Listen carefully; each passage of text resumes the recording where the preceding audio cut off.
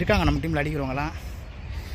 புவி மாமா இருக்காப்புல, அப்புறம் பார்த்தீங்கன்னா லிங்கா இருக்காப்புல. 30 ரன் தான் அடிக்கணும், ஜெயிக்கலாம். ஏன்னா நல்லா சிக்ஸு போகிறோம் கிட்ட தான் இருக்குது.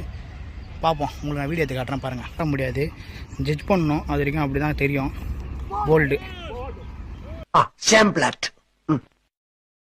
பால் பார்ப்போம். விக்கி ஷாட்டு நல்லா ஹைட்டுங்க, கீழே ஃபீல்டரு எடுத்துட்டார், அவுட்டு. கேட்கணும், நல்ல ஷாட்டுங்க, ஹைட்டு, கீழே ஃபீல்டரு போயிடுச்சு 6. பா இதேமாதிரி 2-3 ஆறு வந்தால் வின்னுங்க. நம்ம 6 பால் 14 ரன்னு. லிங்கா இருக்காப்புல, அடிக்கூட பிளேயரு. விவேகனா இருக்காங்க. பார்ப்போம், நல்லா சுவாரஸ்யமாக இருக்குது, பார்ப்போம். 10 பால் 14 ரன்னு, ஒரு 2 சிக்ஸு போனாங்களே மேட்ச் முடிஞ்சிச்சு. பார்ப்போம். லிங்கா போகிறா, லிங்கா ஐயோ 6 அப்பா அந்த சைடு போகாது நினச்சேன். 6 சூப்பர்ரா டே, 6ங்க கைஸ். இன்னும் ஒரு 6 போனால் கேம் நல்லாயிருக்கும். பார்ப்போம். லிங்கா ஆடிட்டுருக்காரு, போடுறா ஸ்ட்ரைட்டில் போயிடுச்சா. 6 வேற லெவலு. வா வின் பண்ணிட்டுங்க. இன்னும் 1 தாங்க முடிஞ்சிச்சுங்க கேமு. இன்னும் 3 பால் இருக்குன்னு நினைக்கிறேன். வேறு மாரி ஆடுறாப்புல லிங்கா கைஸ். 3 பால் 4 ரன் அடிக்கணும். பார்ப்போம். 3க்கு 4ன்னு இருக்காங்க. பார்ப்போம். லிங்கா ஆடிட்டுருக்காரு. ஐயோ இன்னும் 2 பால் இருக்குது, 2 பாலுக்கு 4. பார்ப்போம். இப்போயும் கேம் நம்ம கையில் தான் இருக்குது. ஐயோ சிங்கிள் ஆடி இருந்தாலே போதும்டா.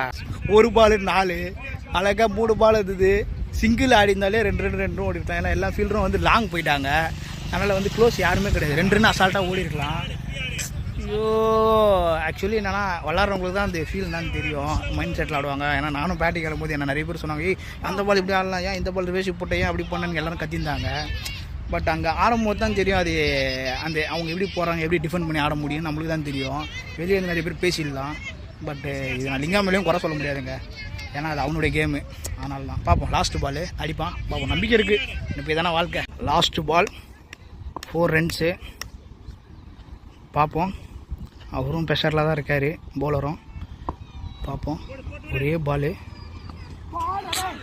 வைடு பால். மேட்ச் வின் பண்ணிட்டாங்க. ஆப்பனன்ட் டீம் வந்து மேட்ச் வின் பண்ணிட்டாங்க. 4 ரனில் விசிட்டாங்க. 4 ரனில் ஜெயிச்சிட்டாங்க. கேம் வின் பண்ணிட்டாங்க. கேம் வந்து தோத்துட்டோம், ஜெயிக்க வேண்டிய கேமு. பட் வந்து ஈஸியாக அந்த பாலை வந்து சிங்கிள் ஆடி இருக்கலாம். அதான் சொல்லிட்டேனே, அது அவனுடைய கேமு.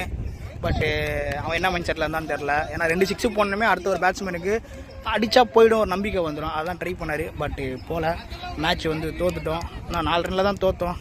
பார்த்துக்கலாம். ஆள் வரல நம்ம டீமில். பார்த்தீங்கன்னா ஒரு 8 பேர் தான் இருந்தோம். பட் இருந்தாலும் வந்து ஆப்பனன்ட் டீம் வந்து வின் பண்ணிட்டாங்க. சந்தோஷமாக இருக்குது. யார் வின் பண்ணாலும் நான் கேம் நல்லா இருந்தது, அவ்வளோதான்.